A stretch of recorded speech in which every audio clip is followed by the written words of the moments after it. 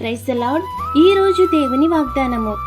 యెహోవా ఉత్తమమైన దాన్ని అనుగ్రహించును, మన భూమి దాని ఫలమునిచ్చును. కీర్తనల గ్రంథము 85వ అధ్యాయము 12వ వచనం. శ్రేష్టమైన ప్రతి ఈవియు సంపూర్ణమైన ప్రతి వరమును పరసంబంధమైనది. అవి మనకు ఇచ్చేది మన ప్రభువైన యేసుక్రీస్తు. ఆయన నిన్న నేడు రేపు ఏకరీతిగా ఉన్న దేవుడు.